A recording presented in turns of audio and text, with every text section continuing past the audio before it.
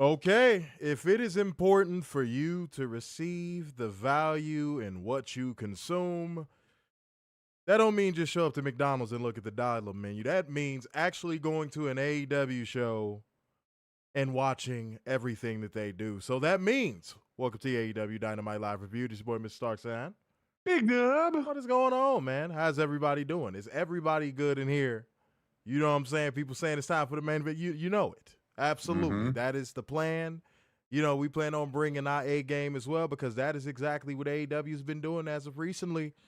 They've been bringing it. There's no reason why you shouldn't be watching this. And by watching this, I mean not only just Dynamite, but us too. Change the clicker all the way over to us. You know what I'm saying? You know, just click on the stream, man. The same way. If you got HBO Max and you got caught watching a movie in your room that you shouldn't have been watching, you cut on Dynamite. Just play it off. You're still going to enjoy yourself either way. All right? But much love to everybody that is watching right now. You have a job to do. That is being a part of that like gang, comment gang, share gang, and financial lubricant gang. And if you don't know what financial lubricant gang is, it's that thing that you go to that same McDonald's with and you spend on a large French fry. Mm-hmm. Actually get something that's good for you, and that is the great word of Covalent TV.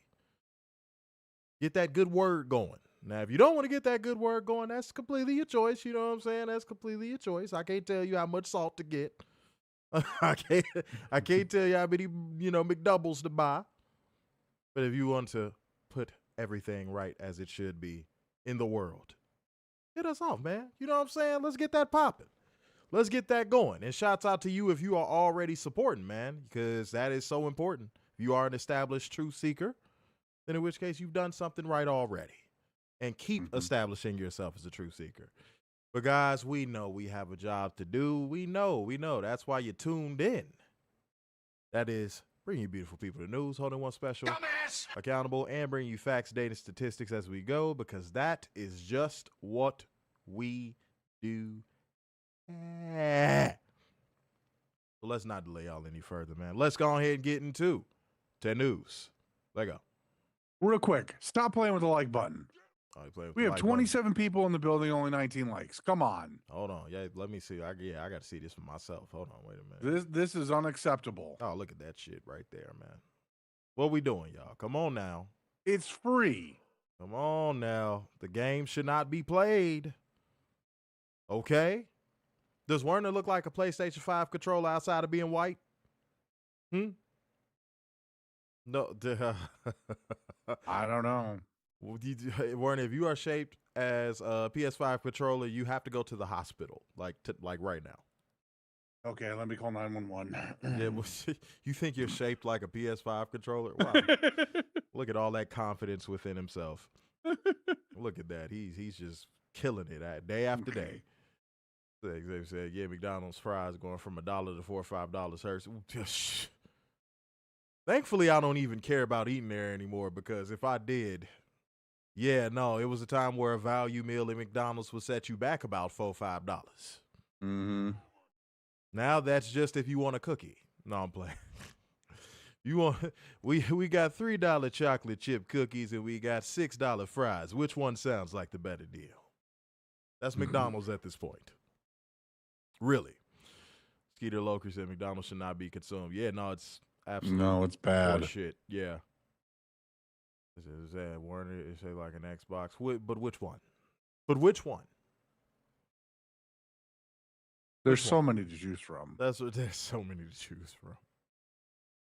That's right, Warner. All of the special editions and pros and all of that good stuff. Yep. Exactly. There's so many to choose from. And thank you, Catherine, for getting ahead of that. You know what I'm saying? No skipping ahead, all that good stuff. I didn't even see it. That's how fast Catherine was. She said, watch out. I got it. She moved everybody out the way. She stiff-armed everybody just to go ahead and make sure people weren't skipping ahead. Mm-hmm. That's a good thing. Thank you, Catherine. That the best one, the 360. Okay, well, Werner, yeah, it is. A shape has been distinguished. I love the 360. Do you? Mm-hmm. How much time have you spent with yourself, sir? Just trying to get that established. And what does it look like when Werner gets the red rings of death, if that's the case? Oh. Is that sunburn? I don't know. No, that's going online and figuring out how to fix the red rings of death.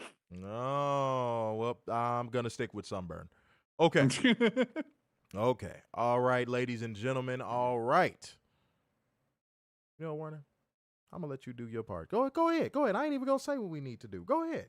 All right. So we're going to kick off with news. We're going to make drones happy. We are going to talk about WWE's fourth quarter revenue breakdown. Oh, yippee. Whoop-de-damn-do. Here we go. Yeah. All right. Because drones are going to be so excited. So WWE last year, for all of 2025, made $1.709.4 billion. And most of that was from media rights, because $1.006 billion came from the new media rights of Netflix and ESPN, which is up from 2024 when it was only at $865 million. Hear that, guys? Werner knows about media rights. Mm-hmm. Not media rights, but media rights. Mm-hmm. Okay? Werner is working on getting, that job with NASA. He's working on it. Mm-hmm. He's going to tell you about those media rights. Now go ahead and tell him about the media rights. Live events and hospitality generated $412 million. Media rights. Primarily driven by increased ticket sales and site fees. All the dinosaurs are going to die again. Partnerships and marketing. This brought in $159 million. Ice Age. Up from $83 million. You want to know why? Because of new partnerships and increased pricing. Increased pricing, you say?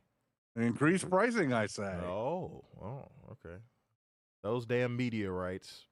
Mm-hmm. They just find a way to keep missing us. Consumer products, licensing, and other, $136 million, up from 2024 at $111 million. Due to price increasing. Are we noticing a common thread here? We want to make sure everybody is noticing the common thread that is taking place, you know what I'm saying, in their ear holes right now. Do you notice what is going on? Now, I said the bubble with WWE has not completely burst, and I'm just going to say this real quick. This is a sign that bubble will possibly burst very soon, because that number and those numbers that Werner are reading off so far, that is with them gouging everyone to high hell. And I told y'all that. And I said they're not going to be able to get away with that level of gouging again and make that level of money that they did. It ain't no pocket watcher shit. That's just real. Me and Werner knew that shit was not sustainable. So it's funny. It's funny actually hearing that this was a result of a price increase. This was a result of a price increase. You know what? WWE having 3 letters. You know what it was a result of? Price increase. The price increase. Each letter had a price increase. God, and their fans are happy about that, Werner, by the way. And you know what the crazy part is? Like, I have UFCs too, and you know what I don't see? Any price increases. Oh, would you look? What? Wow. And they're in the same company. Would you look at that? It's almost like one company is a little bit more greedy than the other. Mm-hmm. Just a little. You know what I'm saying? I'm sure UFC is still very greedy with how much they steal from their fighters. Don't get me wrong. All allegedly. All first verse, because I ain't trying to have no lawsuits handed down, but all allegedly. And soon to be boxers, allegedly. Yeah. So Because shit is getting to a point where that's getting so goddamn watered down, and everybody has a damn boxing promotion. Mm-hmm. That's gonna get watered down real fast. And we all know the boxing commissions are corrupt. We don't got enough time to go through that bullshit either. Right. So like nobody's gonna fight for the boxers. Pun definitely intended there. So good luck with that, whoever you are. You fighters that are gonna be a part of boxing over the next 10 years, good luck with that. So now that we have heard what Warner just said, where it's all a result of price increases, what direction can WWE even go after this? Because let's be real, guys, this is their lifeblood. They were banking on the fans overpaying to consume their product. Every part of it. Not just the events, but like, the little side stuff and the merchandise and all that. What do y'all think is going to happen now that these fans are basically going, we're not going to overpay? Mm-hmm.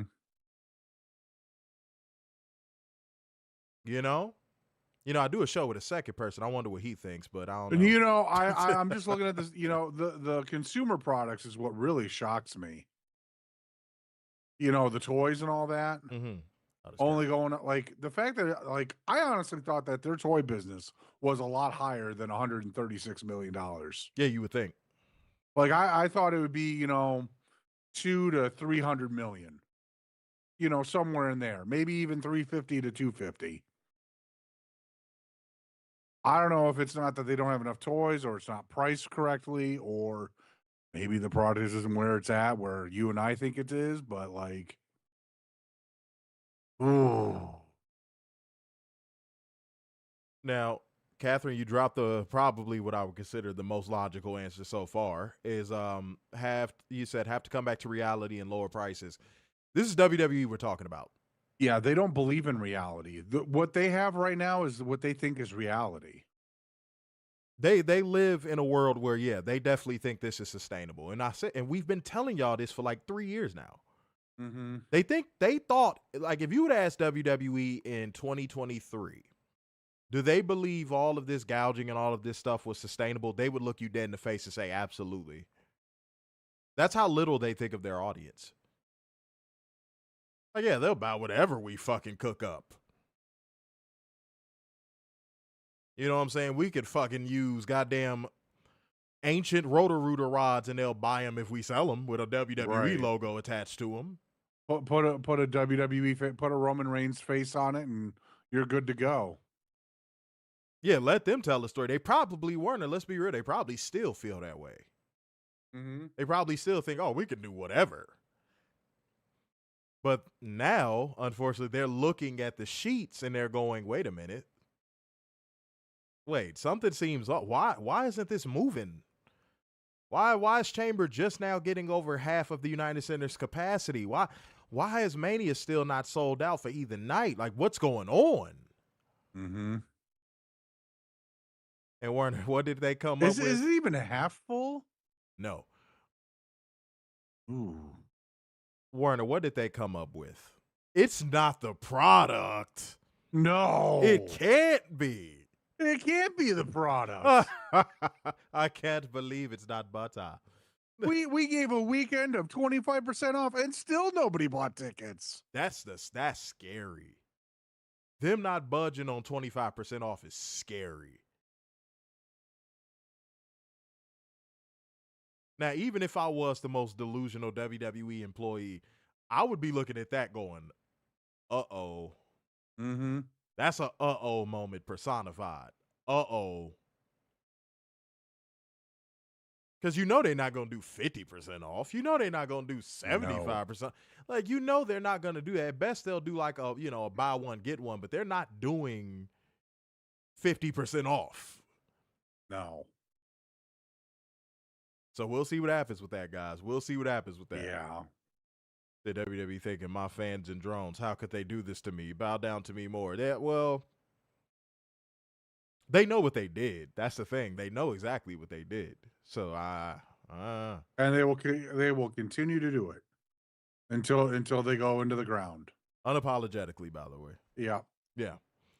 Even if fans say, "Hey, stop price gouging us. We're not coming." They'll still up the price and think people will come. But yeah, And then we'll get back down to 3,000 seat Raws after Royal Rumble. you mean WrestleMania? No. So the year before we did. You talk about, you always do that. You'll say something and not distinguish a year. Like, what year? Oh, go ahead. Just say I bring it up every like few months. But like 2018, the after the Royal Rumble, they had 3,000 people at Raw. It's only a matter of time before that happens. I said no. It's the watch parties just take away their tickets. Yeah, it's funny that they thought that was the problem. It's so funny that they thought that was the problem. No, your product. It's your product. When y'all go back to the drawing board and y'all inevitably just like have to sit down again, especially with how Chambers looking, when y'all have to sit down again, this time can y'all actually look at the product? Not browse over it, not glance at it, not like turn your nose in the direction of it. No, can y'all actually like look at the product? But the sad thing is the sad story where the violin starts playing. They might look at the product and still think it's nothing wrong. Mm-hmm. They might do a deep dive on the product and still think there's nothing wrong. We're doing everything wonderful. And then they'll fuck around and make it a segment on Unreal of how they think they're doing nothing wrong. Oh, you know that's coming, what, season 3, season 4? Give it whenever time. They get to that. Yeah, give it time. They had 15,437 suckers bought tickets for Saturday. Yeah, they said we got to get it just over half of what the United Center's capacity is. We can. I keep telling y'all, WWE fans cannot let WWE look too bad. Right. They can't do it, dude. It's impossible for them. They can't let them sink. They can't. That's enough for the lower bowl, pretty much, right? Yeah. Yeah, pretty much. Just like let them sink. You know that's what would lead to the product getting better for you in the first place. Let them sink. You know what's funny about this? Where are going to be the videos on Saturday of fans showing the empty sections like they did with AEW? Where's that same energy? Non-existent. That's not going to happen. You might get a couple people that snap like a picture or two, but it's going to get swept under the rug fast. Oh, easily. Yeah. It's going to get swept under the rug so fast. Said it's not in Drone's DNA to let them sink. Yeah, no, I literally just said that. Yeah, I just don't even know what to tell them anymore. If anything, I don't even really speak to Drone Steve and tell them anything, to be real with you. The Triple H will say they're doing everything right while he talks about this is a new era. Oh, it's a new era after every pay-per-view at this point. It's a dawn of a new era. What happened to the last era? Oh. This motherfucker has more eras than planet Earth. Honestly. I'm so tired of hearing Triple H fucking talk. Because every time he opens his mouth, he says something dumb. Mm-hmm. Or he says something cynical, or he says something just like, you know, if you criticize the product, you know, I wish people would stop being critics and just fuck off. Yeah. You know, he just puts his foot in his mouth every time he does an interview. So pause. Catherine, look, that may be personal for you. Said a new era of sucking is more like Catherine. Don't project that. Okay, we know what you be doing. We know what you be doing. Now, if you don't turn tricks on Wednesdays and this is your off day, that's okay. But I'd rather you put your schedule in the comment section so people know whether to purchase or not. Huh? Yeah, new era Duke Juice. That's a fact. Yeah. What was the last one? Part 2? Man, please. We on like part 700 at this fucking point. I know. Straight up. Yeah, you know, Xavier, let Catherine have her moment. Every now and again, she drop a couple juices on the screen, and that's just the way it is. Da-na-na, da-na-na, da-na-na. You know? All right, guys. Speaking of things that just are the way they are because they refuse to make a change, they refuse to do a 180 in their lives and crawl out of their grandmother's basement and stand up on their feet for the first time because they weigh 900 pounds.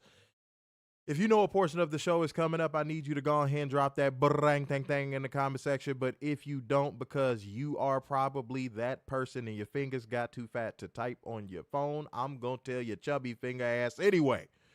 It is time for us to hold one special. Dumbass. Accountable. It is time for drone accountability.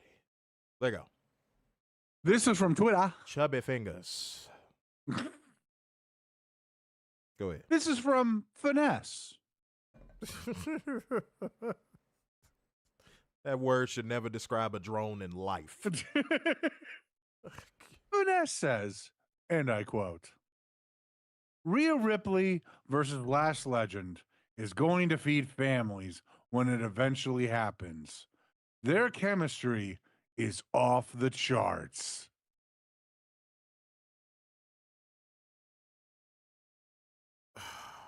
Dumbass, dumbass, dumbass, dumbass, dumbass, dumbass, dumbass. Warner, they never know how dorky they sound when they say stuff like that. Nope. I can literally put that on anything I love on this planet or off this planet. They never know how dorky they sound when they say stuff like that. I don't even like it. For the record. Hold on. Because I know there's going to be some people that go, you wouldn't be saying that if somebody's referring to an AEW match or referring to wrestlers in AEW. Yes, I would. Yes, I would. I think it's corny across the board. Mm-hmm. And I'm not going like how y'all fake ass fed walkers be saying enjoy all wrestlers. I'm not going to enjoy all corn. Mm-mm. No, so across the board, I cannot stand when people do that. When people use lingo like it's gonna feed families. You are an adult. I mean, cognitively, you might not be, but in actuality and in maturity, you are an adult, most of you people. And you get on the internet and talk about a predetermined sport, feeding families, you are a cornbillion personified. You're the textbook definition of a cornbillion. Mm-hmm. If you say, oh, I think that matchup would be dope, whoop-de-whoop, but when you start dabbling in lingo like that, like what the fuck? Are the women in the match going to pull their titties out and just give the audience a suck? What do you mean is it going to feed families? It's not meant to be taken literal. Then in which case, it's still stupid. Mm-hmm.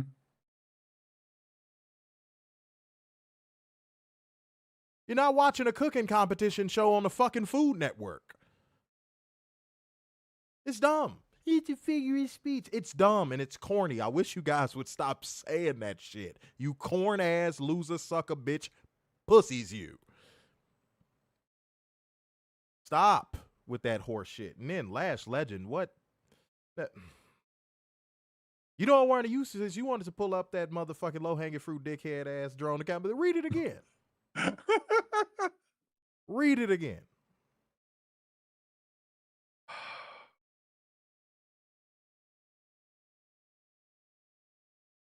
Rhea Ripley versus Lash Legend is going to feed families when it eventually happens.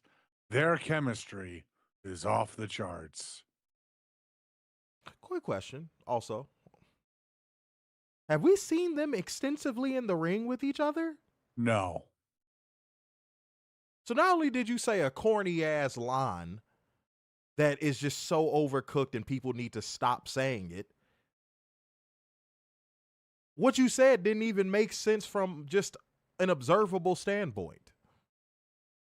You know what? I'm moving on. It's time for me to hold one special. Dumbass. Accountable.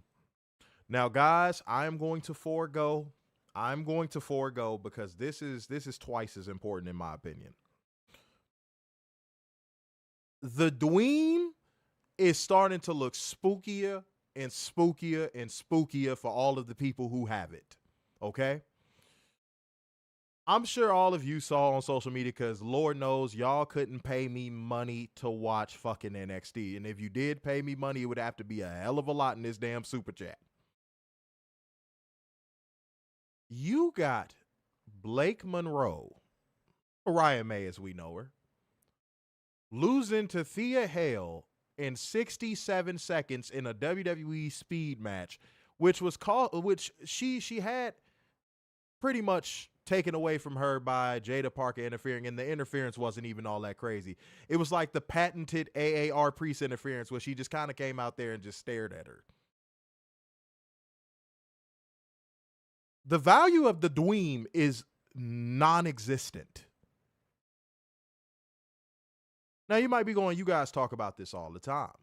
Why is this any different? Because I don't think I've ever, in the history of the dweem, since we've been hearing wrestlers utilize that and say that stupid shit, seen somebody that has been pissed on nearly as much as Mariah May. Oh my God. You want to talk about a devaluing at a level that I'm going to keep it a being, probably top 10 all time that we've seen in pro wrestling? Yeah. Do y'all know that this girl had the best women's match on U.S. soil ever just this time last year? I want that to register.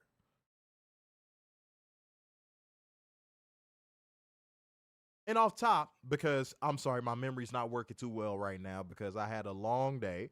It was a great day, but it was a long day. Didn't Mariah come into that match as champion?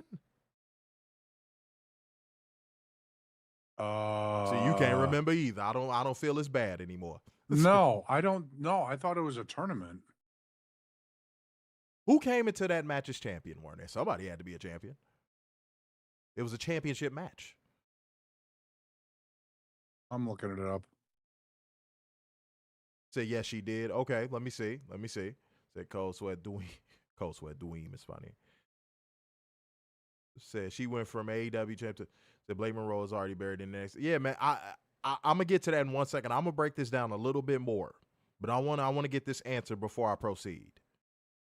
Yeah, whoever came in as champion, but again, it was a championship match. See, one person saying yes, another person saying no. The match was very memorable. I could tell you everything that happened in the match. It's just right now I cannot remember that for some reason. I'm just extremely tired. Let's put it like that. I'm extremely tired. Like Werner's gonna get hung up on in his face as soon as we done with this damn stream. I am running to my bed. I am face planting my fucking bed. That's real.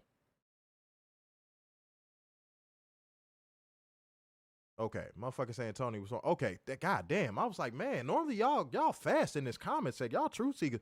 Y'all just slowed down recently. I'm a just go on with the show. Fallon Henley is the current champion. So it has to be a tournament. That's what I remember, Pete Rocks. That's what I remember. Tony winning it at Grand Slam Australia. So she did come into that match as champion. I remember that. Now it's clicking again. It's clicking again. I could give you every spot of that match, but for some reason, I just could not remember that. I don't know why. But, yeah, she was in a championship match. She was in, again, the greatest women's match to happen on United States soil just this time last year.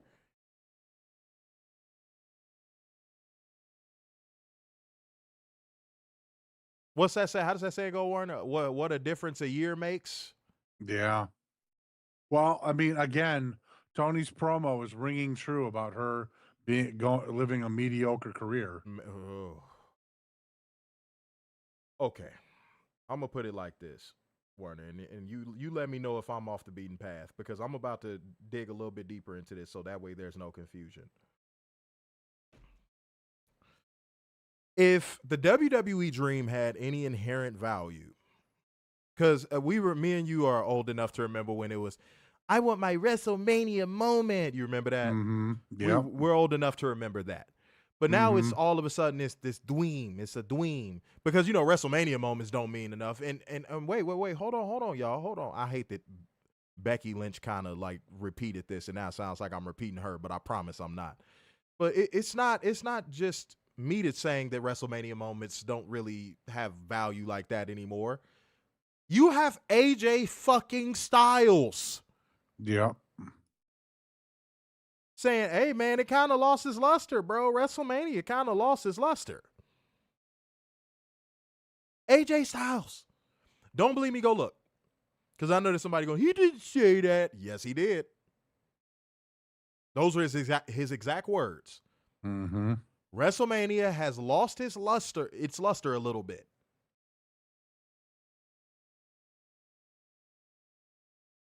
That's diabolical work, ladies and gentlemen. That's diabolical work. So if the WrestleMania moments don't have any inherent value to somebody like a AJ Styles, what does the Dweem actually, like, what is that actually even worth? Let's assess market value of the Dweem right now. What is the market value of the Dweem?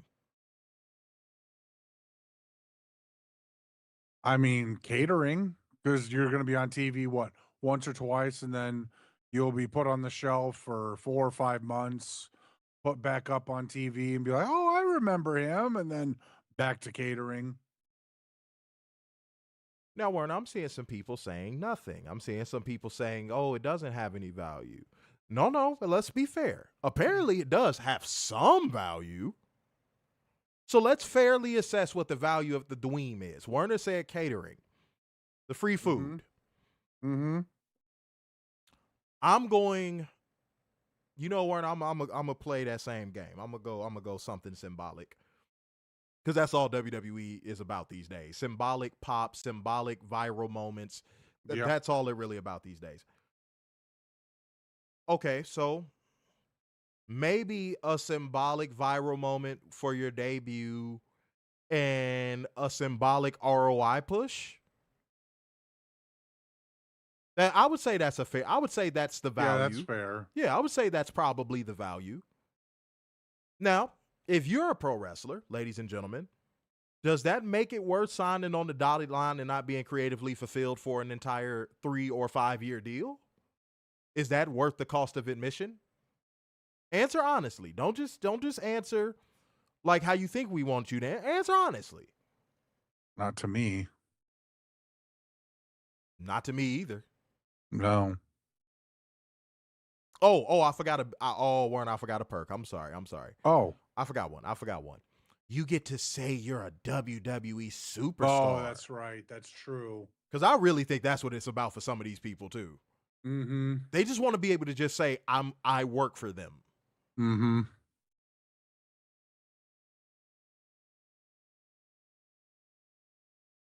Now we could place a value and assess a value on that too, but I'm not. Man, we'd be here all night. I could easily assess a value of that right now. That has no value. In 2026, that has no value. Working for I work for the WWE don't hit like how it would have if you signed with the company in like 98.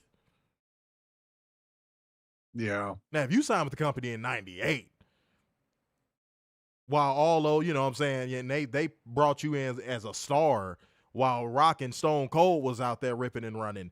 Now, that's something. That means something. But 2026 saying you work for WWE, you want to know what that was typically going to follow that? Oh, man. I didn't even know they were still around. I don't even watch that. I mean, once I found out it was fake, I just lost you going to get that conversation. Yeah. I switched to UFC because that's real. Yep. At least back in 98, they would have been like, look, I know the gimmick. I know what's going on, but I ain't gonna lie. I watch that shit every week. Mm-hmm. You could have felt some sense of pride behind it at least. Now in 2026, what pride is it behind saying, I work for the WWE?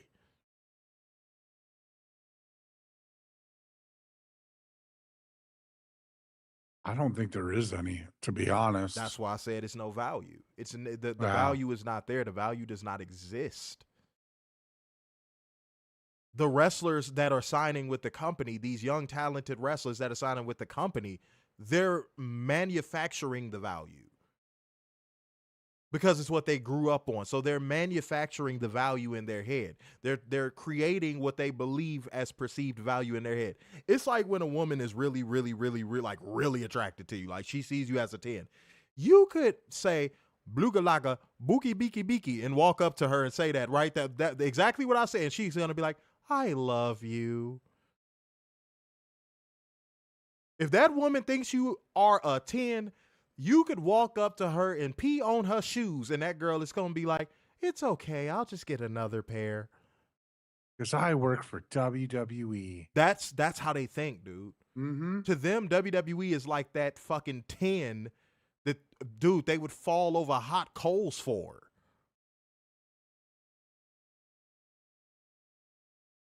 And meanwhile, I'm in that mindset of, hey, man, you can't save a hoe that don't want to be saved. That's the way I'm looking at these wrestlers that are just like, it's WWE or nothing. Okay, ain't no saving you.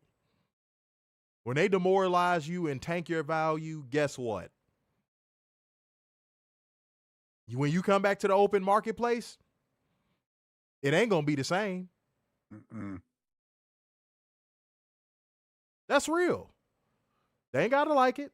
Ain't got to like it, but Mariah, you will probably within the next 5 years be the poster child of every single person that wants to go to WWE and call it their dweem.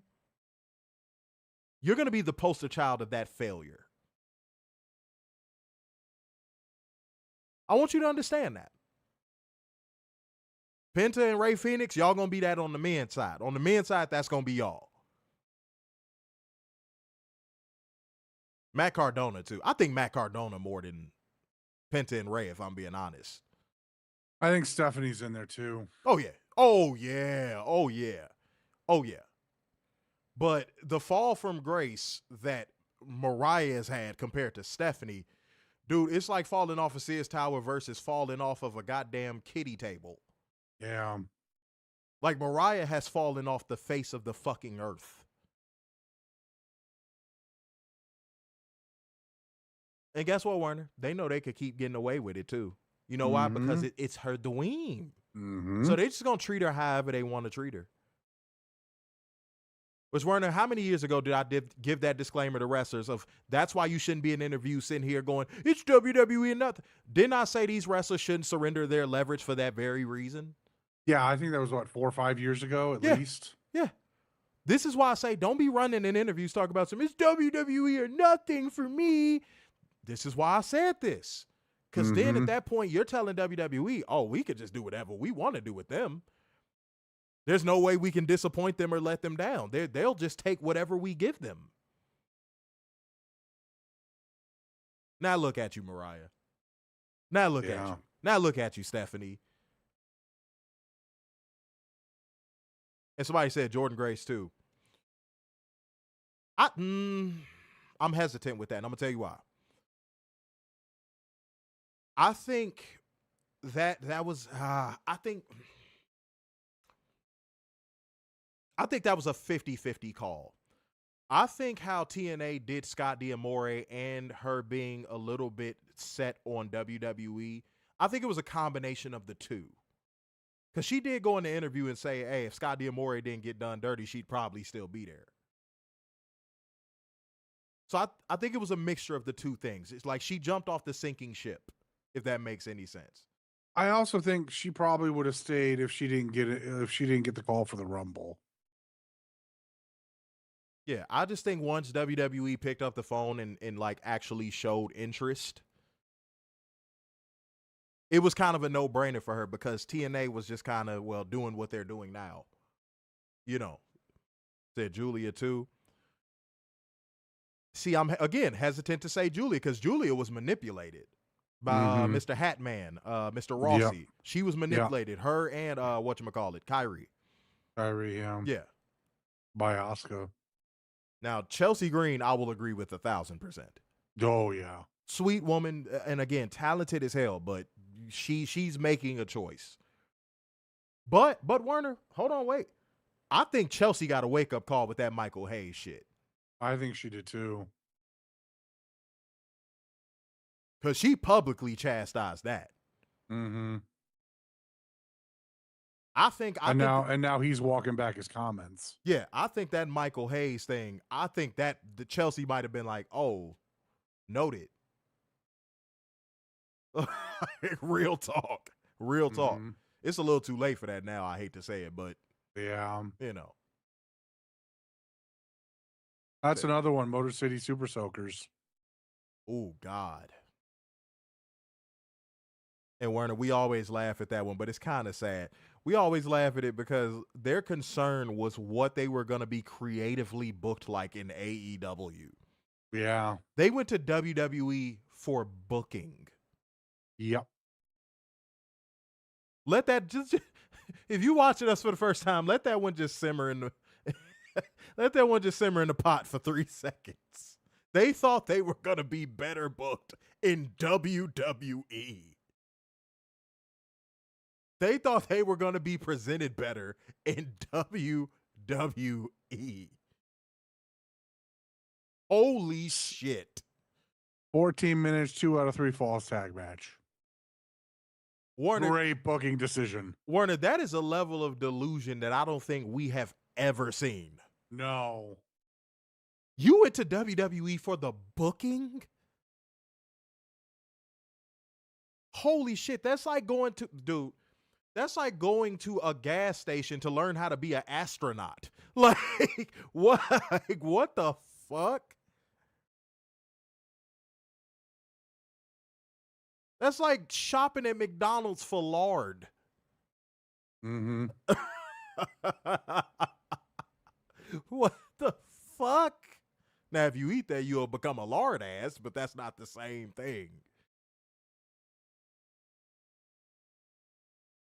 Come on, dude. Come on. That Super Soakers have been in. No, remember, according to the WWE, no, they're not going to be wasted. They're going to be booked in AAA. Mm-hmm. Taker's going to take care of them. Yeah, Warner, let's go to WWE to be booked good. El Jefe will take care of us. You know how dumb you get. That is just dumb. I can't get over it. I'm sorry. Fuck. Motor City Super Soakers. What were you thinking? Oh, I know what they were thinking. Raise your fist. Pow, pow. Yeah, no one gets benched in WWE. No. No one gets benched. No. That's like not a Rusev. He didn't get benched. Oh, God. Warren, I was done with him before these interview comments, but boy, when that motherfucker went in that interview and said, I came back to WWE because I wanted to work with the talent pool over here. I wanted to go through the grind, and I wanted to, I'm paraphrasing, but like, motherfucker, what? You've wrestled all these people before. Who haven't you wrestled besides Dom? Warner, you have to Jedi mind trick yourself to want to work there. Exactly. And what grind is there now in WWE when they took away house shows? Saying that WWE don't even promote AAA shows. I didn't even know they had a show last weekend. Wow, it's almost like WWE acquires things to be predatory and inevitably squash them down the line. Who would have thunk that? Wow. Ain't that something? It's almost like they've been doing this for a long time now.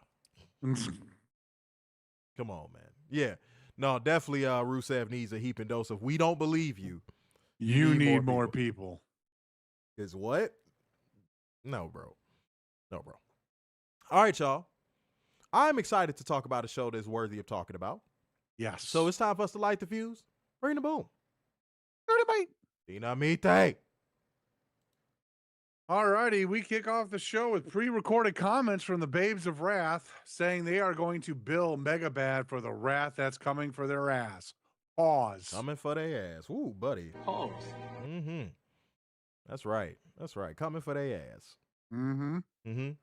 MegaBad said Grand Slam Australia was a warning, but tonight they'll bow down and stay down. Okay. All right. Works for us. Well, there's nothing wrong with that one. Yeah. Then we get a vignette with what happened at Collision with Fitter and the Jackson family, with Fitter taking out the Jackson family. Motherfucker, what is you promoting the Michael movie? What's going on here? Said the Jackson family. I didn't see Tito. What the hell are you on about?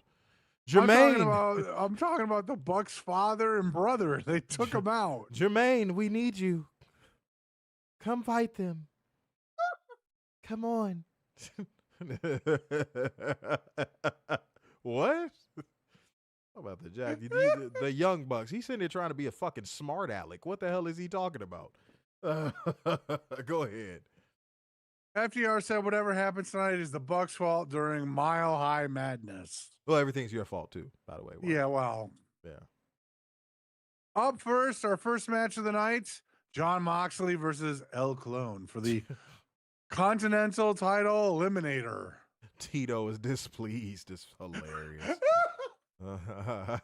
That's funny. Tito is displeased. I can't picture Tito sitting in a corner with his arms folded, looking at Werner from the dark. That's a t-shirt. That's right. Yeah, no, exactly. Like, what the fuck? Talk about the Jackson family. I'm like, I did not see Janet on this show. I don't know what the fuck he's talking about. I really don't. But that's all right. Next week, she shows up. Man, look, Tony Khan wishes. You know what type of rating that would do if Janet got announced for fucking Dynamite? Are you insane? Motherfuckers would tune in just to see if she really showed up. Right. AEW Dynamite pulls a 7 million rating. Oh man, go ahead. WWE in talks to get Beyonce. Okay. Yeah, okay. After that rating, you know they try. Yeah, motherfucker, they would have to pay her half of motherfucking TKO's worth to show up for that horseshit ass product. Go ahead, man. Well, I mean, she only went in for what, $5 to $10 million for Kamala. Hey, man, look, that's political. I'm just saying. That's political, sir. I don't mean to be political, but I'm just saying she only showed up for that much. Oh, shut the fuck up, you disingenuous prick. You always mean to be political. Dude, if you could dress up as the Supreme Court, you fucking would. Shut the fuck up. This dude's being a disingenuous bastard. I don't mean to be political. As soon as we get off this damn stream. Hey, do you know what happened on Congress today? I have never said that once. I was watching Law and Order earlier, but it had no match for this debate I saw the other day between two aldermen. Jesus Christ, lying. All right, go ahead, man. Alrighty, as Jon Moxley's coming out, Renee is doing her usual standard bearer, pre-match little talk up, and she got to interview Marina Shafir for a second, asking about the origin of the pre-match slap. Shafir said, "There is no pain, only joy." I'm gonna play it. I ain't gonna lie, that No, girl had a wrong big one. ass. I'm like, goddamn, you dirty bitch, you dirty bitch, you dirty bitch. It was the wrong one. That ass too, though. If she got, she ain't really wore nothing that has shown it off. So, but no, man. All right, well, shit. But hold on, wait. I saw a comment I wanted to read real fast. Hold on. Yes, Warner. Yeah, said he knows how many bills are in Congress. Talk about some. I don't mean to be political. I have no idea. Okay, Warner. Yeah. I have no idea how many bills are in Congress right now. Guys, I only debate the truth. I would never argue a lie. So go ahead, Warner. Let's just keep going. All right, so I'm going to give this match a cheat code. I thought El Clone worked his ass off in this match. Mox stepping up to the occasion as always. Great kickoff to the show. Mox won with the Death Rider. This whole ass vanilla ice cream cone said he don't make nothing political, and he is sitting in the Oval Office.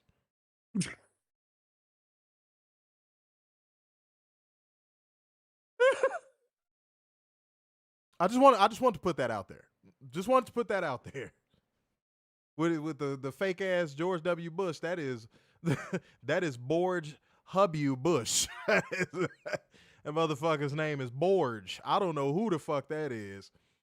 That is in the alternate mayonnaise universe. I think this is Obama's Oval Office. If that is Obama, that's Obama with a concussion and a stroke. I don't know what the fuck is. But no, El Clone, man, every time I've seen him perform, it's been noteworthy. Mm-hmm. It's been noteworthy, and that is hard to do. That's very hard to do, to go out there every week and dazzle a crowd and make people kind of go, wow. That's hard to do because you really haven't seen, how do I put this? You haven't seen everything in pro wrestling when it comes to what people are capable of doing in there, but you've seen most of it. Mm-hmm. And El Clone just continues to find ways to make you go, damn. And this should not be overlooked. This should not be overlooked. And yes, cheat code of a match, but this should not be overlooked, ladies and gentlemen. Jon Moxley is the early candidate for Pro Wrestler of the Year in 2026. Argue with a fucking wall. Yeah. Argue with a fucking wall. He is, as of now, he is running away with it. Now hold on. Now I think when Will Ospreay comes back, he gonna try and snatch it from him. Mm-hmm. I think when Will Ospreay at the third comes back, he's gonna try and take it from him. But here's why I think Moxley is gonna have the leg up. Pause if necessary. I don't think Will Ospreay is gonna work as many dates and as many matches he was working before the neck injury. I think he still might show up on Dynamite, but again, I don't think he works as many matches. Mm-hmm. So it's gonna be Moxley's award to lose. Yep. But as of right now, I don't know about y'all, but yeah. I got him as my early Wrestler of the Year candidate. I'm gonna go on a limb and say El Clone is better than Hologram by a mile. I hate that they had to drop that program due to injury, though. Yeah, me too. I know they're gonna pick it right back up when he gets back, but like as of right now, from what I've seen from Hologram and what I've seen from El Clone by a mile. I mean, El Clone at the bare minimum has him on Wow Factor. Mm-hmm. And something that's really subtle that I think is extremely dope about El Clone's character is, again, the fact that he takes over all of the technology. I love the spot where he controls the camera and leans it to the side. That I like. Something about that. Mm-hmm. It's the little things. Like, that's dope to me. It just reminds me of a time in wrestling where people actually put a lot into their character and the details of their character. So, yeah, that's cool. I think that's really cool. And, yeah, Mo, yeah, just like he wouldn't wear an Ohio State jersey for $1 billion. Yeah, he's full of shit. No, never going to happen. Uh-huh. All right, let's keep going. I'm not getting into that tonight. Already up next, we have footage of Swerve Strickland post-match attack last week in his match against Kenneth Omega III. Yes. For those of you who didn't catch Collision, we were told Strickland was fined $100,000 for his actions. We then see Prince walk out to commentary and asks if he thinks that, or asks if they thinks Strickland cares about getting a week off or the $100,000. Ordered them to clear the table, calling them stupid fools. Then Nana introduced Strickland, who then stands tall on the commentary table. Strickland asked the sickos if he missed them. As he said, he figured they missed him. Yeah. Mm-hmm. He figured they'd enjoyed what he did to Kenny Omega last week, while some don't, as what happens when something happens to one of your favorites. Strickland brings up the reinforced table this week. As he met with Kenny Chan, Strickland feels no guilt and warned Omega, who got in his path to the AEW Championship, and he had the nerve to call Brody King the most dangerous man in AEW. By defeating Omega, Strickland is back in line for a title shot. He's a man of his word. He put down Omega. Omega not only challenged him as a man, but as a threat. He's another EVP who took down and did not want their problems anymore. Then he talks about going back to All in Texas with Hangman. Talked about the word regret, if he regretted everything he did. Now he wants to move forward and not without regrets. And he will do that, and he is still the most dangerous man in AEW. We then moved to Brody King backstage. See what I'm saying? Okay, now I was gonna let him go for this reason, y'all. Because when he said, "Oh, I cut him off," and I jumped ahead and all that stuff and got out in front of it. That's why I do that right there. Just you see how I just brushed past an amazing promo with a lot of content that we should discuss. That's why I did what I did, Werner. I let you do it. I let you do it. Okay. I let you do it. So that promo had a lot of content from a direction standpoint. I think that Swerve delivered a very pointed promo. And by the way, you don't see a lot of that in pro wrestling these days. Pointed promos where it's like, okay, you got this point, this point, this point, this point. How are you going to hit all of them? Swerve hit every single point, every single one of them. And the promo didn't even have to drag. It didn't have to do anything. It was just, here's my point. Here's my method. Here's my next move. Here's what I plan on showing people. Point, execution of discussing the point, execution of what's next, and even a couple little hints. Now, I'm gonna be a little bit of an asshole right now. I'm gonna take the chat room down, and I don't want to, and I'm telling you why. I don't want to end up making this a permanent decision, but I think I might have to, because I was going to address something that you guys were saying in the comment section, but unfortunately, and again, this is in the process of trying to show Werner a lesson of something that he just vehemently denied, by the way, I wasn't able to get to it almost straight away. Yes, I did notice that Nana had the embassy towel. Yes. And I was going to get to that. So, you know what? I will declare it definitively from here on out. If y'all want the chat box up ever again, which probably will not happen if I'm being honest, you got to go with the flow. You got to go with the flow. Now, if we got 2 segments past this and we didn't bring it up, go for it. Bring it up. Hell, if we got 1 segment past this and didn't go for it, bring it up. And Werner, this is exactly why what I was just saying a second ago is so dangerous, because that allows people to talk about the stuff that we would have talked about if we would have just broken it down. So I'm giving a lesson to both the audience and I'm giving a lesson to you. This is why it's important to have a little bit of a cadence. Let things breathe for a second. We don't got to rush. We don't. We can still do a good time without rushing. It's not a speed run. And that applies to the truth seekers as well. So, RIP chat on the screen. I hate to tell y'all, RIP chat on the screen. Because, yeah, I can't keep doing that. I can't keep doing that. Because if that is the case, what are we sitting here doing the show for?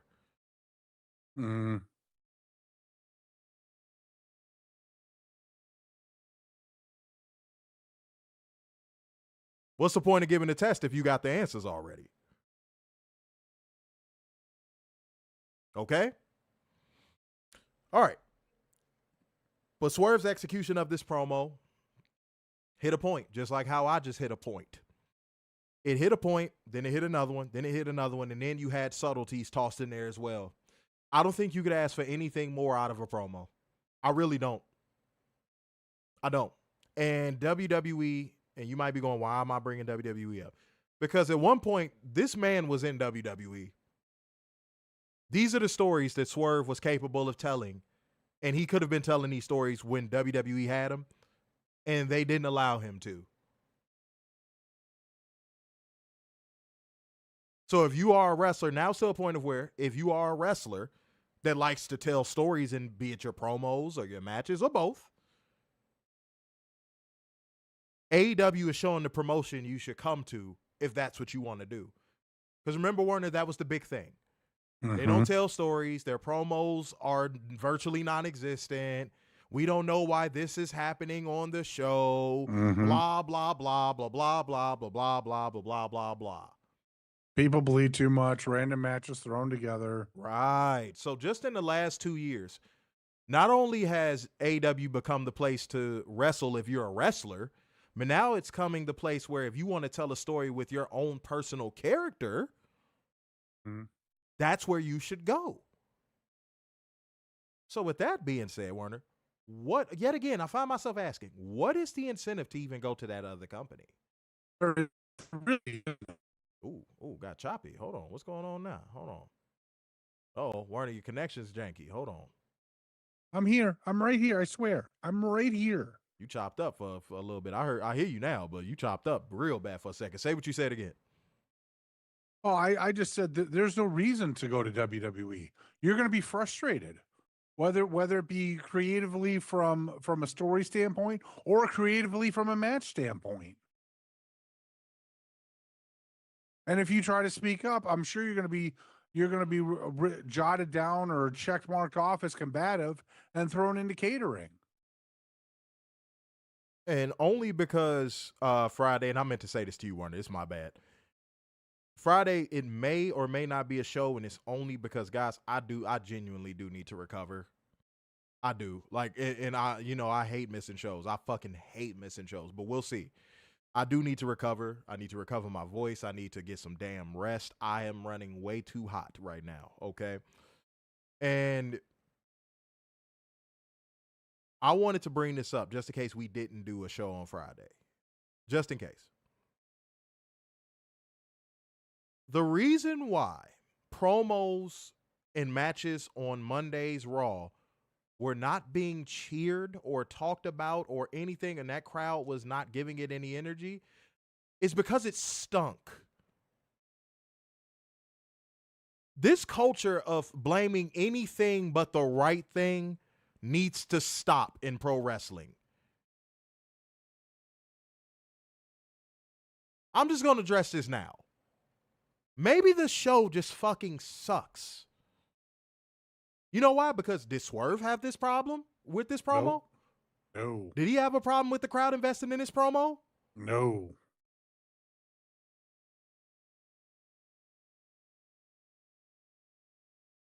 So can we stop that, please?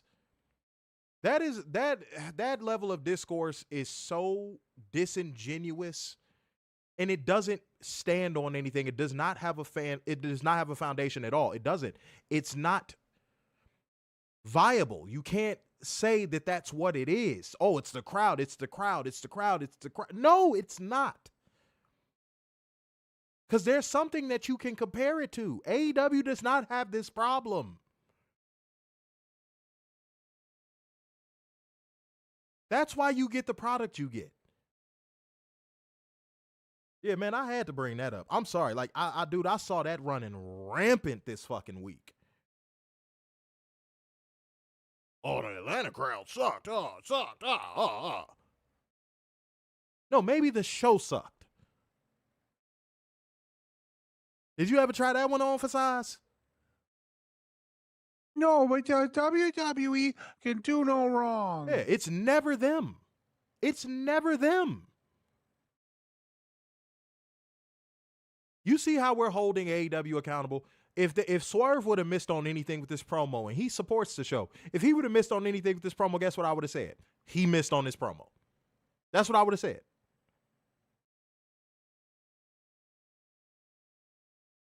Yeah, right. The crowd does not write the show. Holy fuck. Go ahead, continue. I just had to address that. I'm sorry. No, you're good. Brody King is backstage with Bandito. He said he has a problem with Strickland, claiming he deserves to be the next AEW champion. Tonight, Brody King gets Mark Davis, and he's going to prove why he's next in line for an AEW world title shot. He wants an NIL deal? Wow. I would have never known. Known. Who knew? Yeah. Well, there it is. You heard it here first. Brody King wants an NIL deal. Go ahead. All righty. Up next, we get Orange Cassidy versus Gabe Kidd. when Orange Cassidy came out, one of his Trons had a picture of Roderick Strong missing signs, offering a $15 gift card for a reward to his whereabouts. That was pretty funny. That was actually That funny. was funny. Yeah, I can't knock it. That was funny. And Werner, I'm gonna take this one. I'm actually gonna take this one. Okay. I'm gonna take this one real quick. No part of me can believe I'm saying this. It might have been more on Gabe Kidd than anything. I don't know. Yeah, that's what I was thinking. But this was a mini cheat code. Yeah. I'm begrudgingly saying that right now. It was a mini cheat code. It was a mini cheat code. I can't lie. I cannot come on this camera and lie. I can't. I think Warren is just as stunned as I am behind that, by the way. Yeah, because watching this match, you're like, oh my God, they're actually doing really well. Yeah. It had flow. The wrestling was good. It was a mini cheat code. Yeah. I even liked the character work that Gabe Kidd was doing in this match. Mm-hmm. Like, he was just being a fucking dickhead. He was acting like a war dog. Mm-hmm. I even like how they set up the finish where he basically is just like, why is this dude even in the ring with me? I'm just going to put this motherfucker away. Yeah. That end of the match really made him look strong. That really made Gabe Kidd look strong. But Gabe Kidd won with a jumping pile driver that was hit very well. That was a picture-perfect jumping pile driver. Yeah, it was. Yeah, it might. Yeah, okay. It might have been a Gabe Kidd carry job. I don't know, but it was a mini cheat code. I might have to rewatch it. Yeah, said Orange Cassidy didn't get that much offense. And Gabe Kidd dominated most of the time. Yeah, that might be that might have been what it was. I'm not dismissing it. Still in shock though. It's still, yeah, exactly. It's still very shocking. It's still shock. You know what? If we don't do a show, I'll probably watch it Friday again. Just because then the shock will have worn off. Yeah, I got to watch this through another lens. Yeah. I found myself saying about midway through this match, I'm like, am I enjoying a match that involves Orange Cassidy right now? Yeah. But yeah, I feel ooky just saying that shit. I do. I really do. No, Mo. Don't grandstand now. If we can admit it, you can too. No, don't stand on your high horse. Don't do that. You've never been contrarian ever. He's like, I'm gonna be contrarian about this. No. Give credit where credit is due. Yeah. Yeah, you see that? Yeah, Mo trying to be contrarian out of nowhere. Yeah, Catherine, what the fuck? Come on now. Come on. Give credit where it's due. All right, go ahead, Warner. Take the next thing. I just wanted to cover that because, again, I thought I was the only one. That found myself feeling weird. Yeah, no, that's why it took a second, because it's just like, I didn't want to, but like. I didn't want to is crazy. It's like, but he earned it, you know? But again, I didn't want to. I didn't want to give him my body, but he was just so persuasive. Isn't it special? Oh, that's funny. That's fucking funny. Alrighty, post-match, Kid called out Clark Connors, who rushed to the ring and attacked on Cassidy. That was until Darby Allin ran out with a skateboard, cracking Kid in the throat with it. Allin then rolled the skateboard to Connors, who went to pick it up but got suckered into a code red. Kid tried an attack but suffered an ollie off the second to the back, causing the War Dogs to retreat.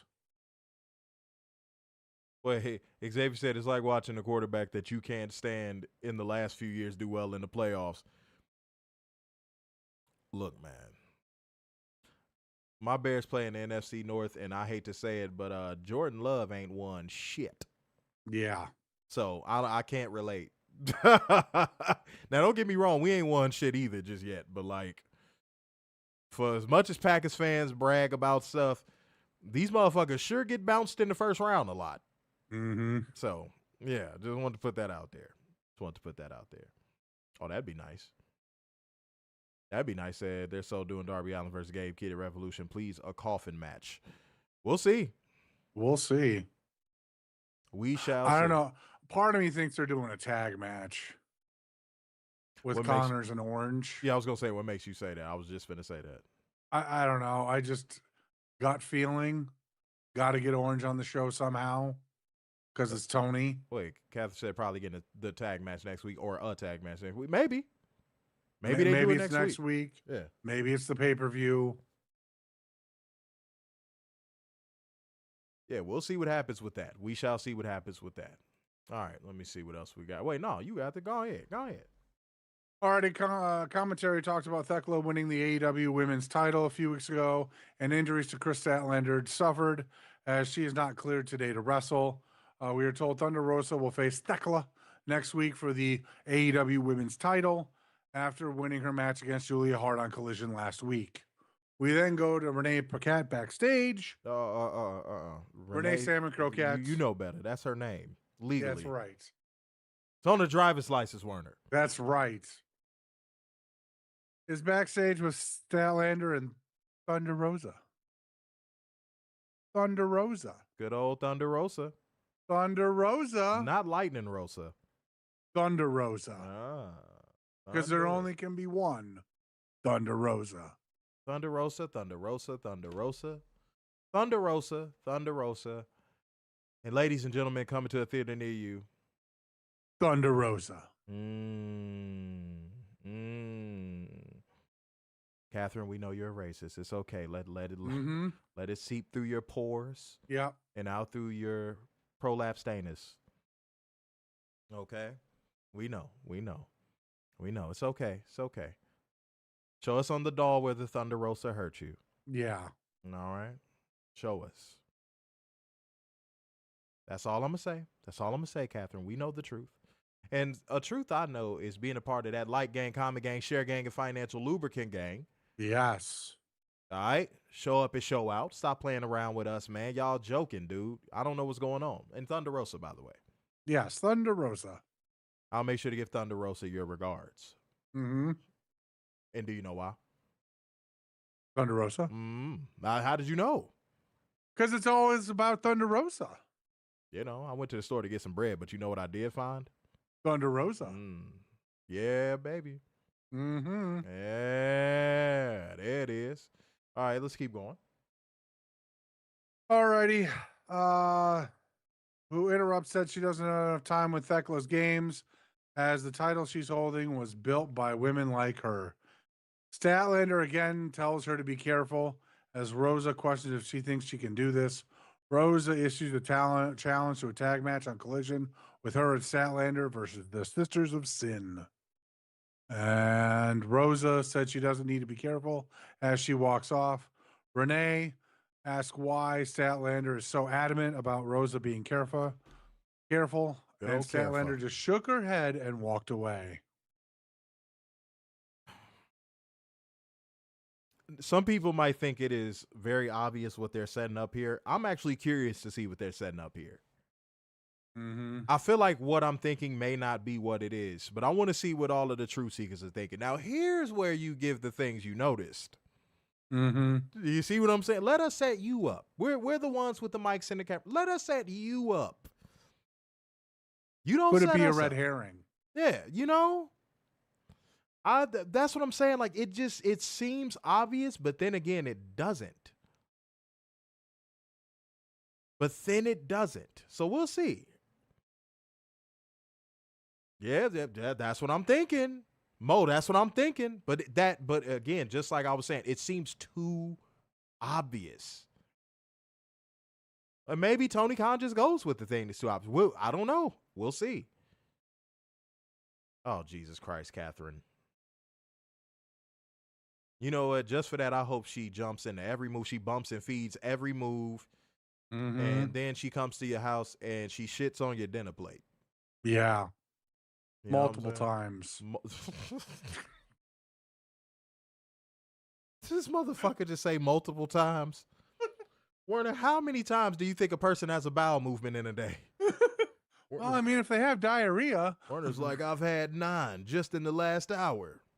You can't see it because I'm already sitting on it. I eat a half a thing of Metamucil a day. Motherfucker, what? Bro, you think bowels move like a bullet train. What kind of shit literally are you on? That is insane. Maybe Tony Khan heard us. Again, the money is in Statlander being healed. That's just where it is. Until she can figure out what her babyface character will look like without losing any edge. Right. Just have her be healed. So, hey, I hope that's the case. I hope and pray that is the case. That Orange is that Warren and Thunder and maybe Takla beats the piss out of Thunder Rosa next week. Maybe. Possibility. Maybe. Oh, her joining with Tekla? I don't know. I don't know. I don't know. Y'all got some good thoughts. Tony, I know it's you. Tony. God damn it. Saying Tony got listened to Come the on show. our show, Tony. I guarantee. I know it's you, Tony. No, don't expose yourself. No, pause. No. Just come on our show. You go on Whoa, everybody hey, else's Warner, that's show. worse. No, don't. Whoa. Don't come on our show. Oh, God, I love these guys. Visit our show, dang it. He's gone through 3 phones this month. We know it's you. We'll take you to an R&B party or something. I don't know. Whatever it takes to. No, I caught that one. I was about to say something that would have sounded crazy. I caught that motherfucker. Yeah, we'll get you right, Tony. Just come on the show. Yeah. Oh damn, Warner, you didn't put it out in the air. See, now I didn't say it. Jesus Christ. I'm gonna send the pause police to your motherfucking house. It's gonna be 2 dudes with flashlights and singlets. I'm gonna send them straight to your house. So the Creed brothers? Basically. At least they'll be doing something. God damn, random stray at the Creed brothers right there. That was damn. If the Creed brothers see you in person and whoop your ass, I'm gonna know exactly why. I'm gonna be like, oh yeah, I remember when he made that comment. And I'm gonna be like, what have you done? Nothing. As they're whooping your ass, you get stumped out on the ground. What have you done? Take the foot. Take the foot. At least they're doing something. You go take an ass whooping just to make sure they're doing something? Ladies, I mean, it's non-WWE related, but I swear, the day Werner makes sense, it'll be the first day. I'm gonna give you a stern talking to while you're whooping my ass. I expect better of you, Creeds. Ow, was that a punch to the eye? That hurt. But I still expect better from you, Creeds. What type of guy? Well, come on. We heard forever that they were the next ones. They were gonna be superstars, main eventers. Didn't nobody believe that shit? No, I didn't believe it. You didn't believe it, but there were people in our comment section that believed it. Yeah, everybody knew that was some horse shit. All right, let's keep going with the show. Alrighty, up next we have Kevin Knight versus Mansoor. I was ready for that. Hold on one second. There's something going on outside. Some commotion. Hold on. Y'all hate getting up. Something going on. Hold on. You know what? I'm actually gonna give this, even though it was a squash match, I'm gonna give this a mini cheat code. Only because Mansoor shocked the hell out of me. I thought there would still be stench on him. And he really proved that that stench is practically gone. But Kevin Knight did pick up the win with the UFO splash. Post-match, Kevin Knight took to the mic and said he felt good for Mr. Two Fly in the Mile High City. Knight said that Hangman Page is going to wipe the floor with MJF's ass no matter the stipulation for Revolution, and says when Page wins the title, he hopes to be the first challenger for that title. Knight said he knows that might be premature, but not only is he the future, but the future's here and now. This will, and that was it. One hell of a read. Yeah. But again, this is another reason why I do think Tony Khan watches the show. We said that you gotta, if you want Kevin Knight to be established as a star, you gotta hand him a microphone. You gotta hand him a microphone to see what he can do. You know, and I think he spoke with confidence. I want to hear his content and subject matter get better. You know, I want to hear him get a stride on the microphone. But the beauty of this is, and here's my biggest takeaway, they didn't have him talking like fucking Dolomite. Like Trick Williams. Yep. He wasn't going, I'm Kevin Knight. When I fly out the sky, I'm like a UFO. I'm going to beam you up when I land. I got on my likey Nikes, and I'm going to do exactly what people, like, dude, you know what? It was funny because it proved my point of black people don't talk like that. He just talked normal. God damn, I think that was my biggest takeaway. Was that they didn't have him talk like fucking Dolomite. Kevin Knight's my name, and drop kicking is my game. It wasn't none of that bullshit. Thank you. All right, see, Tony might have two burners. I see Clark Khan disappeared, and then Eddie Harrington popped up. Said Tony Khan respects his network. See? Tony, you switched the burner. I know what's going on. I know what's going on. I see the Glock in your passenger seat ready for. I know what's going on. I'm snitching. I'm telling everybody you watch the show. I'm snitching. I don't know who I'm gonna tell. I'm gonna tell a ferret. I don't know. I'm gonna tell somebody. Shit. All right, let's keep going. Say hi, Tony Khan. Mo funny as hell. It's okay if you watch the show. We appreciate you watching, by the way. Yes, we do. All right, go ahead. Already up next, we got MJF and Hangman to set the stipulation for the AEW World Title at Revolution. Long story short, this one. Long story short, there was a coin flip between Texas Death and a one-way non-disqualification match, no DQ or disqualification match. MJF used a loaded coin, tried to run away. Jet Speed and Brody King pushed him back into the ring. They figured out it was a loaded coin. Tony Khan said Texas Death regardless.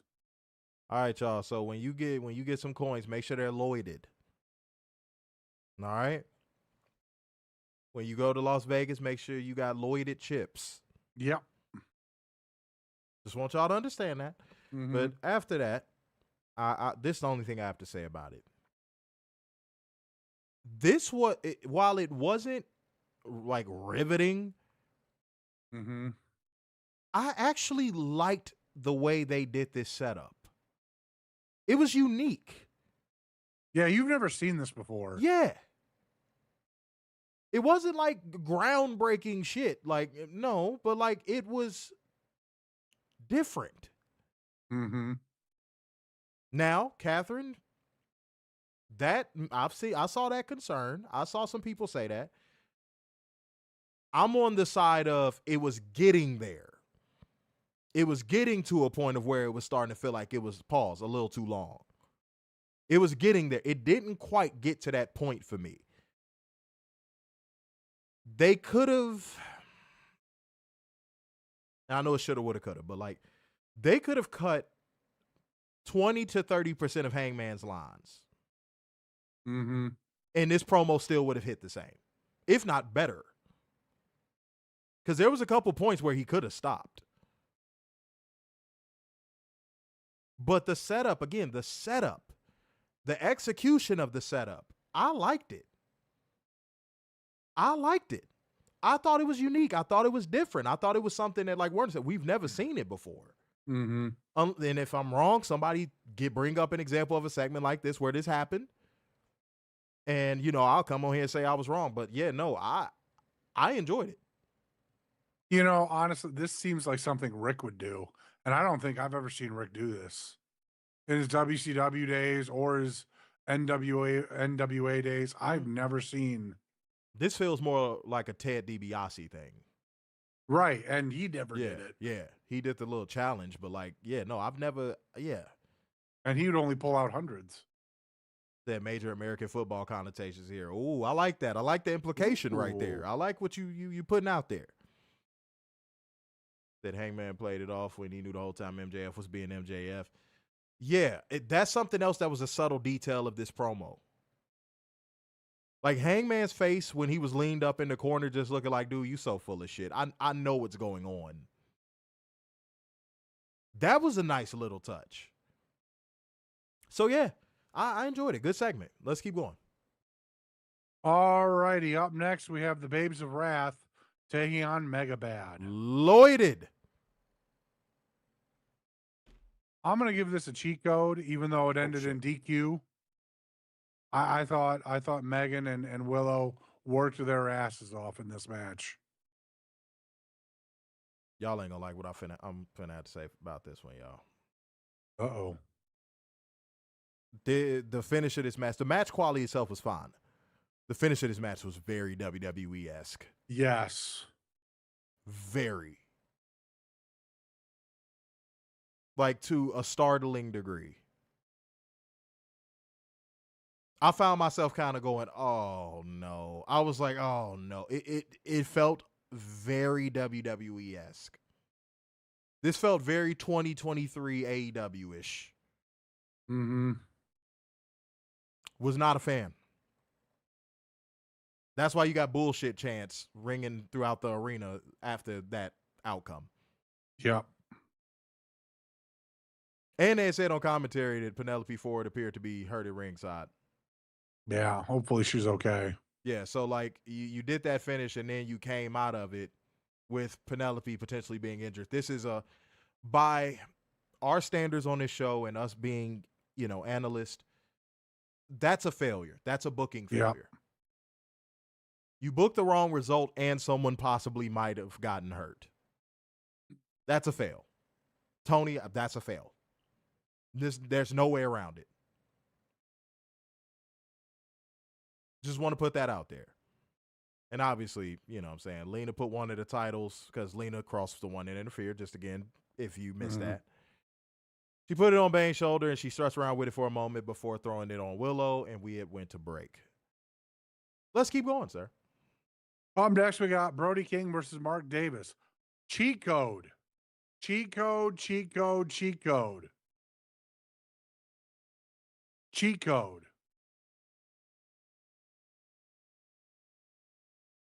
And wait, hold on. Pete Roxas said, I wonder if MegaBad was supposed to go over. They could have audible to her to the Babes of Wrath retaining.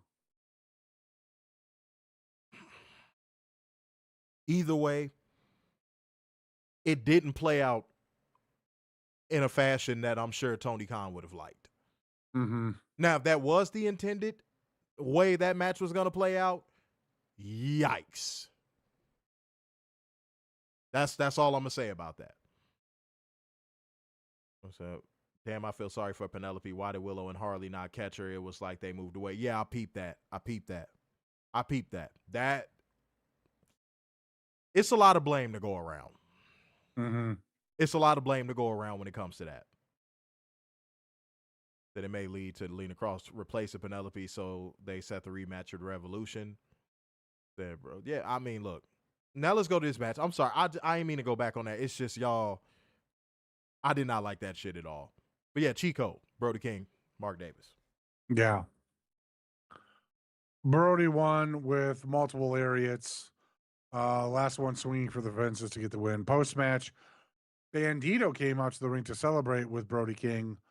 as the doctor seemingly took Davis to the back rather quickly as he was on his way backstage before Callis could even get to him. King took to the mic and told Swerve Strickland to look into his eyes. What do you see? Yeah. Okay. He's the most dangerous man in AEW, and he said at Revolution, Revolution is in his backyard. He's looking for a fight. Strickland and Nana were watching backstage and walked off as Bandito took to the mic and said he wants a fight too. Andrade El Idolo's music hit and came out with Callis by his side as it looks like Bandito's challenger has been answered by Andrade. That motherfucker was looking like, you've been struck by a smooth criminal. He came out there looking like evil Michael Jackson in the Smooth Criminal video. Shouts out to Andrade, though. Haru Gobe said Lena Cross and MegaBad together as a tag team would be unstoppable. I mean, yeah, but you don't obviously want to get to it by injury. You know what I mean? Right. So I think they're going to implement that free bird rule pretty soon. Mm-hmm. So we'll see what happens with that. Yeah. Said Bandito versus Andrade Revolution put the Ring of Honor title on the line. I would not be opposed to that. Not at all. And I would give Andrade the win. Yeah. Why not? He really should be facing MJF if you ask me, but yeah, me too. I'm not going to go there. We not going to backtrack on that though. Hopefully Dynasty. Hopefully Dynasty. Yeah, we'll see. Said maybe Pete, unless they were trying to stretch it to Revolution. Yeah, I think that's more so what this is. I mean, if Penelope Ford got shoot injured, then again, prayers to her. Hopefully she heals and she recovers. But I think that's what this is. I think Tony Khan played the stretch it game like how WWE does, and it came off just as bad as it does when WWE does it. It came off just as bad. So, we'll see. We'll see. That's all I can say about that. I don't want to spend too much time on that. But I appreciate y'all giving y'all comments and giving y'all takes on it after we went through it. Mm-hmm. I appreciate that. Thank you. All right, let's keep going. Alrighty, up next we got Renee Salmon Croquette backstage with the TNT champion Kyle Fletcher. Said there's not a lot of time for celebrating and brings up Tommaso Ciampa, saying that the title is his. Fletcher said to be careful what you wish for as you stepped foot in the ring against the best and came up short. This Sylvie isn't coming back to Ciampa anytime soon, as Pinky is staying with the greatest TNT champion of all time. To which Okada walks in and says they've both been consistent champions, unlike Takeshita. Okada says he considers Fletcher his best friend and said on Collision they should team up for the first time ever as Pro-Kata. Fletcher smirks and accepts as they shake hands. I honestly think that, Tommaso Ciampa is going to get that belt back. Mm-hmm. I think they are going to set in motion, starting with Revolution, they're going to set in motion that Don Callis family fracture. Mm-hmm. And it's going to start with that belt being, taken away from Kyle Fletcher because of something Okada has done. Or Takeshita and Okada's feud, if you shall, or their bickering leading to Kyle Fletcher losing that title. Yes. So for all of you WWE fan walkers and drones that were saying, oh, Tommaso Ciampa's buried already, I think there's a means to an end here. And I think that means to an end ends with that belt back on Tommaso Ciampa. I could be wrong, but I don't think that Kyle Fletcher's going to be holding that belt for long. I think Tony Khan wanted to give him a feel-good moment in Australia for all of his hard work. And he's going to use the TNT title as a storyline device to enhance the Don Callis family breakup. Yep. Or a portion of the Don Callis family breaking up. Go ahead. All righty, kids. We're here. We're at the main event. Anarchy in the Arena. Basically. Oh, I'm sorry. Mile High Madness. Basically. No, it was basically that. I don't know why it you was changed basically Anarchy in the Arena. But you had Jungle Jack Perry, the Young Bucks, and the Rascalz taking on the AEW Tag Team Champions Fitter, The Demand, and Ricochet in Mile High Madness. Cheat code. I mean, there was so much going on in this match. It was hard to keep up with all the screens, in screens, and all that other stuff. This match was nuts. I love seeing, pause, by the way, I'm going to pause this in advance. Seeing the Rascalz be able to just kind of go out there and let loose. Yeah. You know what I mean? Like, that's because that's them. That's their style. So to see them be able to go out there and do that and just kind of have fun. But also, Jungle Jack isn't just Jungle Jack. He's also New Jack because his music was fucking playing for while the match was ongoing. So, you know what I'm saying? We got Jungle New Jack. That's what we got.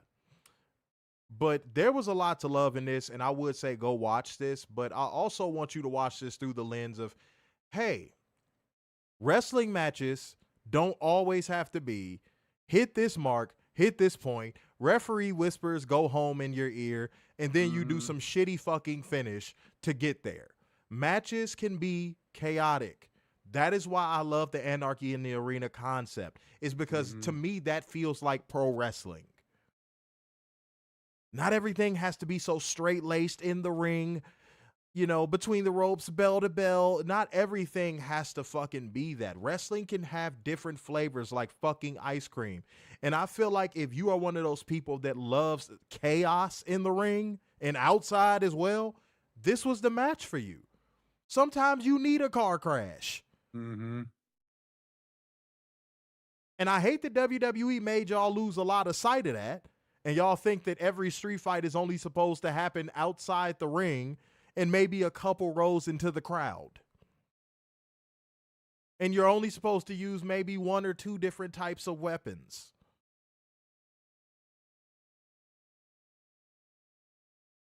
So no, I enjoyed this from a chaotic standpoint. So if this is something you're into, it may not be everybody's cup of tea, but if this is something you're into, go watch this. Mm-hmm.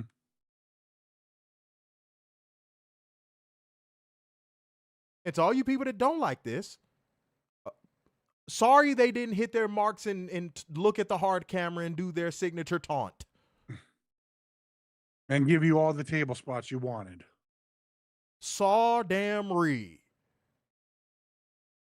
Let's go to the finish. Pause if necessary. Hot Fire Flame hit on Bishop Khan. Perry flew in with a destroyer as the Bucks hit a BTE trigger and assisted sacrifice knee from Jack Perry to get the pin on Ricochet. End of show. You couldn't take your eyes off this match, dude. No, you really couldn't. This is like the one time where I'm like, damn, I wish I had a bigger TV. Yeah, it was a blink and you miss it type of match. Like you couldn't take your eyes off this match. And I love when matches like this happen because when you got a match like this, like Werner said, you almost wish you had a big. I got a giant TV, I ain't gonna lie, but you almost wish you have a bigger TV. You do.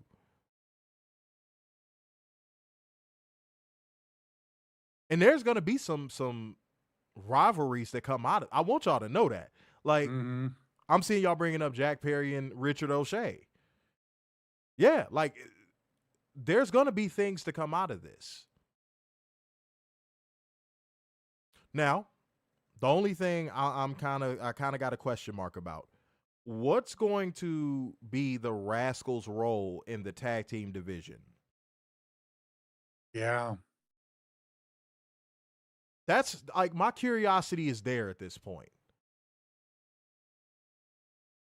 Because you can't just have them just kind of be a tag team jobber to the stars situation because they're stars. So I want to know what they're going to do. So, Tony, you got a chance to show me something, man. I want to see what you do with those guys. I really do. Because they're immensely talented as individuals and as a unit. So, yeah. Excellent stuff, man. Excellent fucking stuff. Oh, man. God damn. I don't know what rating I want to give this one. I'm going to go.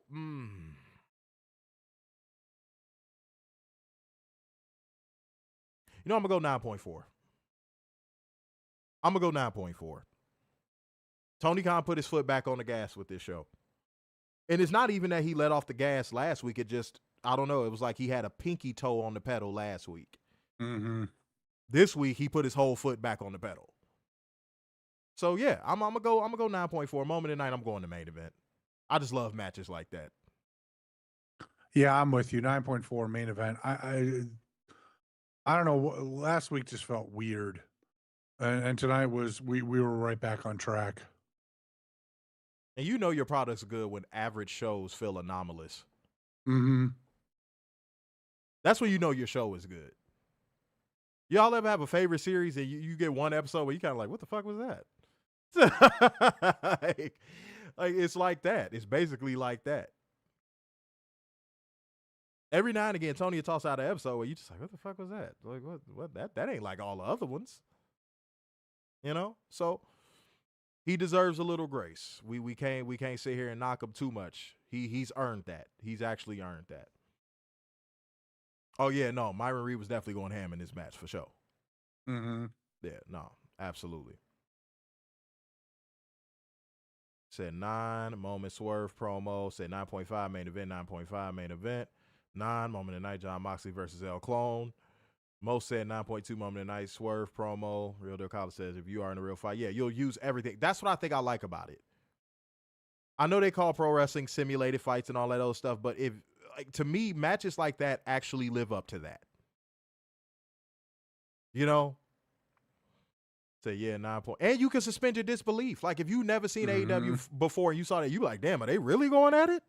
Mm-hmm. Then 9.5 main event. Mile High Madness Anything Goes match. Said 9 for me. Moment of the night was the main event. The 9.4 moment of the night main event. Hour 10, 45 seconds SmackDown. 38 minutes, 16 seconds Raw.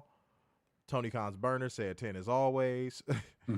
Most said hour 14, 24 seconds. Collision hour 6, 46 seconds. Dynamite. Said that pump fake kick by, I believe, Matt was nice. It was so many things to look at in that match. That's what I'm saying. Go watch it. It was so many things to enjoy.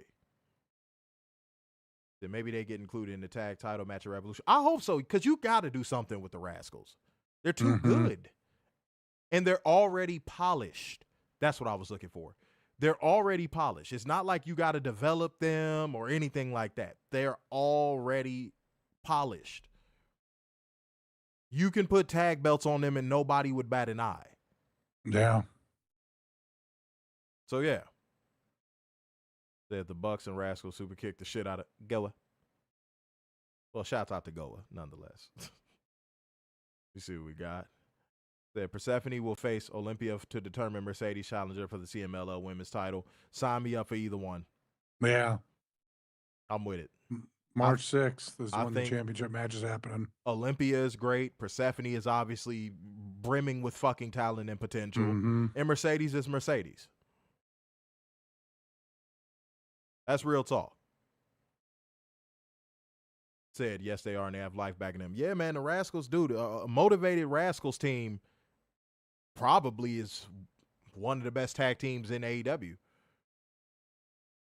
And who knows, maybe Tony Khan, I hate using this word because it sounds weird, but maybe Tony Khan is grooming them for when the Young Bucks retire. Possible. Yeah, so we'll see. Arthur Dutton said 9.5. Yeah, I find it hard to go underneath the 9 for this show. Like, you'd really have to be nitpicking to go underneath the 9 for this show. Okay, clear the air. I'm about to take my own advice. I'm going to take a moment to clear my head, relax my mind, relax my body, because I don't like feeling mentally beaten the fuck up or burnt out, and I also don't like feeling physically beat up or burnt the fuck out unless I did a workout. Then in which case, it is what it is. Or I had someone else work me out, if you know what I mean.